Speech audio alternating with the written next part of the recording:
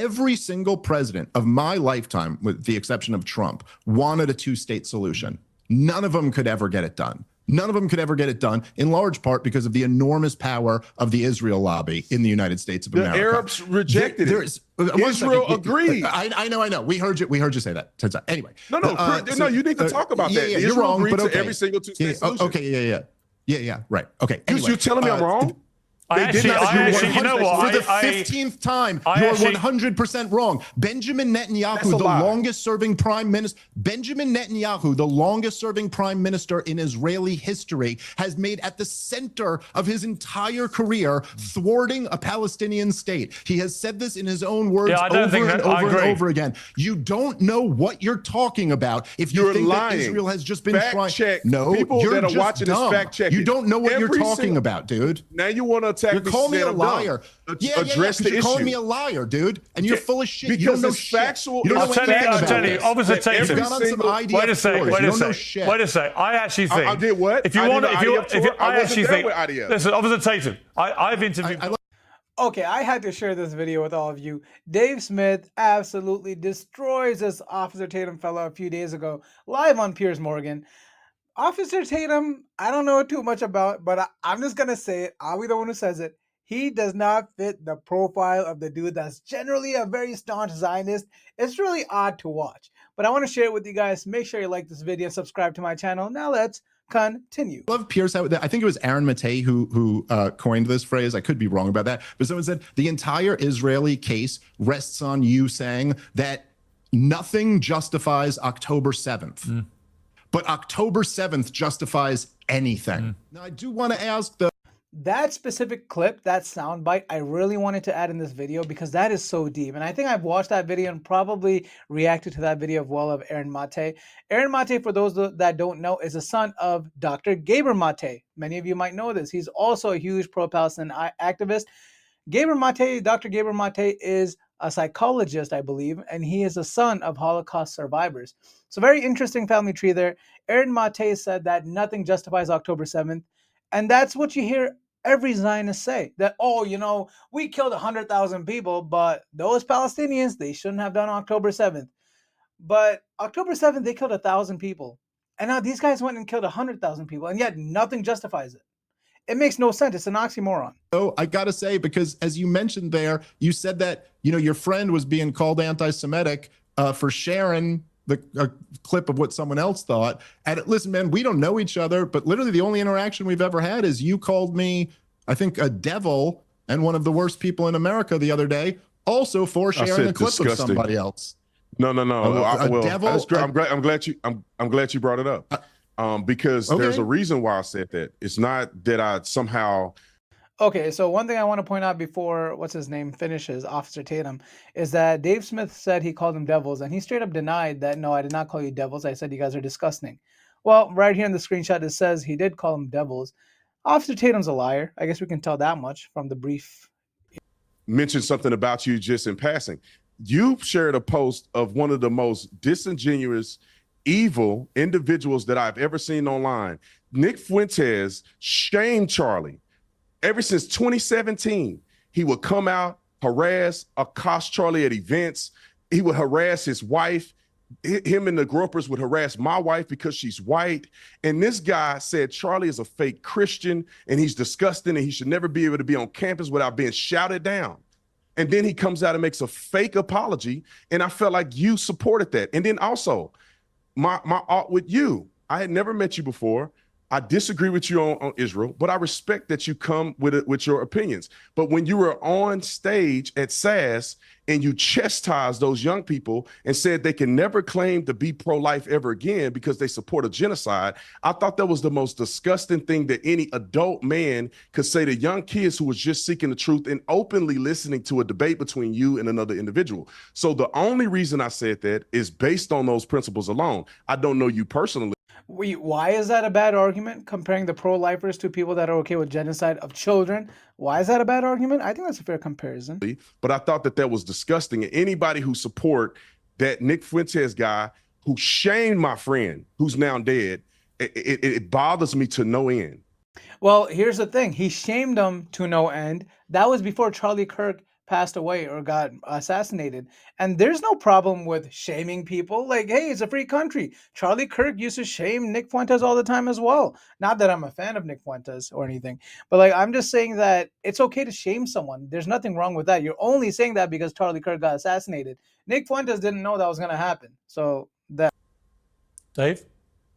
Okay, well, look, I mean, again, I said I give him all the credit in the world for this. And what was this? This was after Charlie Kirk was killed, him saying that he was a good man, that he's praying for his soul, and urging his supporters not to be violent in response to this. And I got to say, you know, I thought, as I think many of us did, immediately after Charlie was killed, and immediately after your first reaction of feeling so horrible on a personal level for his family, you realize this is a very dangerous situation. And I got to say, for Nick Fuentes, you know, being who he is, to have him telling his audience, hey, if you respond at all with violence to this, I completely disown you. We need to be Christians about this. We need to be peaceful. We should be praying for him and his family.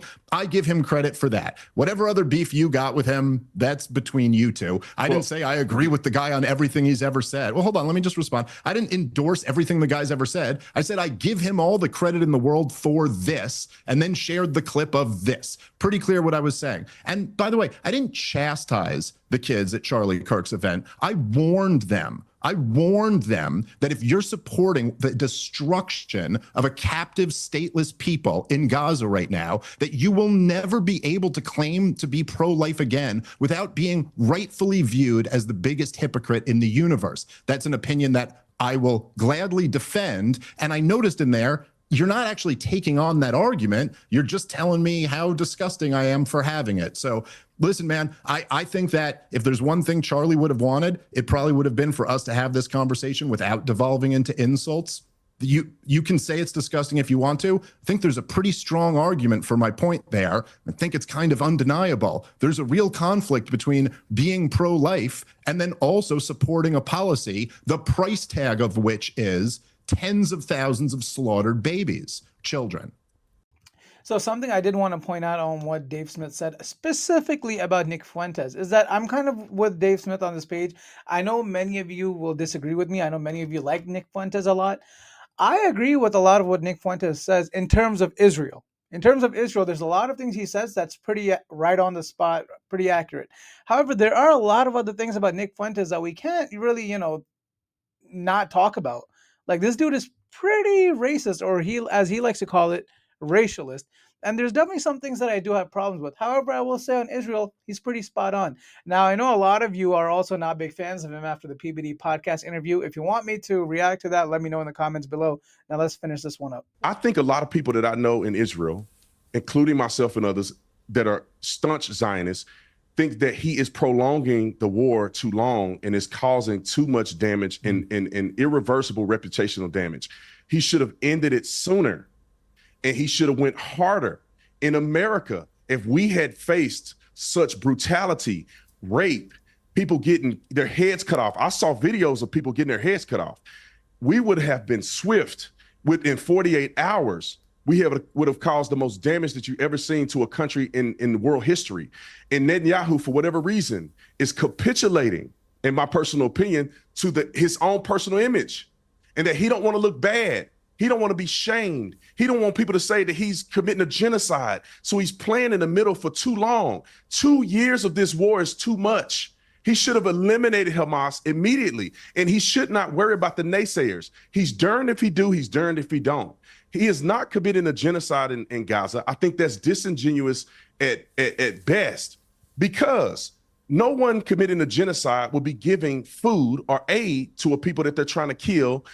Okay, there's so much I have to say, and I just don't want to forget what I want to say. So first of all, the language here is very scary. When he says I would have gone harder and faster, dude, it's just a lot of people in a pretty short amount of time, man. Like I'm thinking at least 100K people, women and children, dead in like 2 years.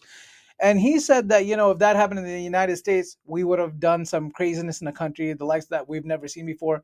Few points here. When he says he would go harder and faster, what does he actually mean? Because we did have an attack on the United States soil on September 11th, and we did attack several countries for like 10, 11 years. But he said he would go in a force that's unprecedented. that we've never seen. Is he saying that he would drop nuclear bombs on these people? Like in Gaza, you just drop a nuke? Like, is that what you're implying here? Because that's really worrisome and that's really dangerous in my opinion. And it's disgusting. And this other part about giving food to the Palestinians, oh, he's not committing a genocide. Why would he be sending food to them? Let's be very clear here. This is international aid. The rest of the world is sending food. Israel is the only one that's allowed to open the border for that food to come in, and they're the ones that are limiting it. So it's not Israeli providing aid. Let's just clarify that. They would not be sending leaflets and advising people of buildings that they're going to tear down. The population. You think the leaflets help children? Like, come on. Population has grown in Gaza from 1948 all the way up until today. 500,000 they started with. They're at 2 million at this point. When did the genocide start? Another talking point. So Gaza had 500,000 people and now they're at 2 million people. Well, it's because of the displacement. Like, I don't think people understand that Israel right now has displaced all of Gaza right up to the end. They've destroyed all of Gaza, blown it into pieces. And everyone's pretty much right at the end of Gaza. And that's exactly what they've been doing all this time. It's not 500,000 to 2 million people. It's not birth rate.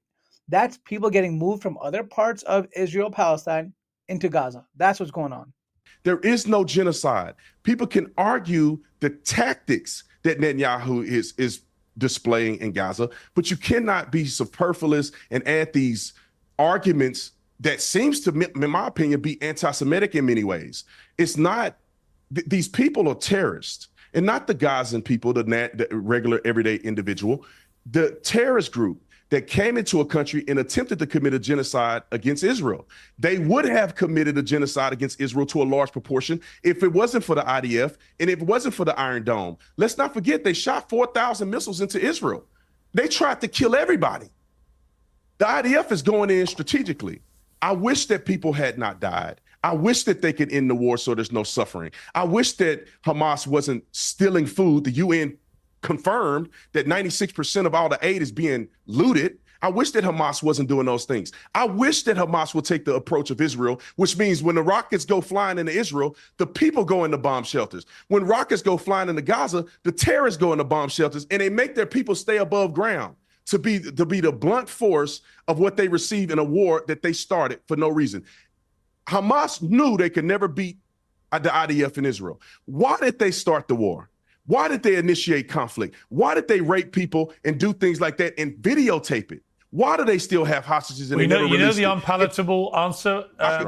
We know that they're doing it. People don't like it. It's ugly. I get it. I hate that it's happening. I would have ended the war in 48 hours and it would have been a mass casualty situation. However, we would have been done quicker and it would have been 2 years. The two-state solution. Another reason I put that short clip in there, again, what is he implying in 48 hours? What could you have possibly done that's much harder than what Israel has done, except for nuking them? Like, that's disgusting, honestly. Well, I mean, I don't know. I think Brent kind of almost hit every single talking point there. So I don't know. I mean, I've been knocking all these down for years on your show here. The bottom line is just that it is just, look, to sit here and say that even as you say, obviously, Piers, it's not like Hamas had to be rocket scientists to figure this out. This is what terrorism is. It's asymmetrical warfare. The action is in the reaction. Osama bin Laden didn't think he could take down the United States of America by taking out our towers. He thought he could lure us into a war in Afghanistan and that might bankrupt us. It was the plan that our CIA coached him through in the late 70s and early 80s with luring the Soviets into Afghanistan. And so the idea that, and look, we did it. We blew $8 trillion in the Middle East since then. And so that's the idea here. And Israel's completely fallen into the trap. But of course, the reason why that Israel has done irreversible reputational damage, the reason why people are abandoning supporting this is really just twofold. Number one, it's clearly not in America's interest. And number two, this is just indefensible. Even if you say that, hey, look, Hamas goes down into the bomb shelters and leaves the civilians up there to be bombed. Okay, but then ain't there a moral question about whether it's the right thing to do to just drop those bombs on the civilians when you know the terrorists are down in the boom, got him. The towers. Hold on, you had a chance to go through all this stuff. So I know, but I want you to. Can I just propose a two-state solution? Ultimately, they should stop occupying a people as they've been done doing it 5 for 60 times, years. and the Arabs rejected it. This okay now? 5 times, and the Arabs rejected it. Yeah, I get it. I know you're going to hit every Hasbro talking point. That's not true. There's been lots of books. No, it's not. It's a talking point. It is not true. The Palestinians have never once been offered a full-fledged state. There is not one of those 5 times that they were ever offered a full state. Even, by the way, that's not even your own Hasbro talking point. You're supposed to say 97% of what they wanted, which also is a lie. The point is that it doesn't, no matter what you're going to say here, Israel propped up Hamas for years to keep them in power so that Netanyahu could thwart the creation of a Palestinian. Look at the reaction of this Officer Tatum. He's just not even looking at the camera, just trying to make it into a joke because he knows it's true. He knows that's true. Palestinian state, to then use them as a justification for mass slaughtering a captive people that you have kept stateless for 60 years is morally indefensible. And I'm sorry, I didn't realize I had to actually paint the full thing out. When I was talking about the pro-life analogy, yes, being pro-life is about believing that life begins at conception, but baked in there is also the assumption that you think it's wrong to murder kids. Like the point is that yes, if you're pro-life, then you also murder kids. Yes, but you're supporting a policy that is doing just that. When you make a decision to drop a bomb on a building where you know there are children inside of it, yes, morally speaking, you murdered those children. Phone calls. You've told them so the leaflets make it not murder. Okay. So how about when they don't? There's no How about this last attack? There's no intent to murder them. Wait, let me. Like, what the hell is a leaflet, man? Can someone explain that to me? Like, you're just standing there, you just see a piece of paper flying from the sky saying, oh, this place is going to be bombed. Like, what is this? How is that a valid excuse? Be like, oh, get out of here. Ask you a question, follow up. How about when they don't? What about when they don't drop leaflets? What about when they don't have evacuation orders? They just did this in Gaza City yesterday. How about that? Is that now murder? Well, I just took away your excuses. No. I could give you an example. They don't have to drop leaflets and give phone calls if they're operating. So then why are you bringing that up? I'm saying when you're shooting weapons and Hamas is firing weapons and using it as a military base, they don't have to give leaflets to give evacuation. Instead, if it's a civilian building or something where they can eliminate having casualties, they will do that to the best of their ability. But there's some instances where they can't give notification because Hamas is operating out of these hospitals, operating out of mosques, and they have to do what they have to do in this warfare. They have to. No, they don't. They actually operating out of mosques. This guy, again, he has no idea what he's talking about. Every single mosque in Gaza at this point is gone. Every single one, from what I'm hearing. Don't have to. What should they do then? What should they do? By the way, I love Piers. They do? I love Israel has been occupying Gaza and the West Bank / and or controlling Gaza and the West Bank since 1967. There's going to be resistance to that. And then for you to say that resistance now justifies us slaughtering people by the tens of thousands, destroying all of Gaza is just there's no logic in it. There's no morality in it. What should Israel have done? Number one, Benjamin Netanyahu should have resigned on October 8th. After his plan to prop up Hamas, being this genius right-winger that I'm going to keep Hamas in power because, in his words, he could control the height of the flame and this will balance things and thwart a Palestinian state. When that blew up in his face, he should have resigned in disgrace that day. They should have had a real investigation about what actually happened on October 7th. Our late friend had some questions about that, didn't he? Yeah, he did. They should have really looked into that, which we've never gotten to the bottom of. And then they should have done surgical strikes, targeted assassinations, as Israel has always done throughout their entire history with the terrorism problem. They have never, until Netanyahu, treated it as a problem for the regular old army, and it should have culminated in a real peace process. They should have said, we are going to take out the people responsible for this by targeted strikes, and at the end of that, we're ending the occupation. We're giving all of East Jerusalem, all of the West Bank, and all of Gaza to the Arabs. It's their decision what they want to do in the future. But if we are attacked, we will treat them as a foreign nation and go to war with them. That's what the response to October 7th. And by the way, Officer Tatum, I think. But so here's a major difference. You might notice this, Piers, between Native Americans, say in the United States of America. So at this point, what Officer Tatum was trying to compare is that, oh, the Gazans, the Palestinians in Israel are like the same as the Native Americans in the United States. We don't have to give them their land back.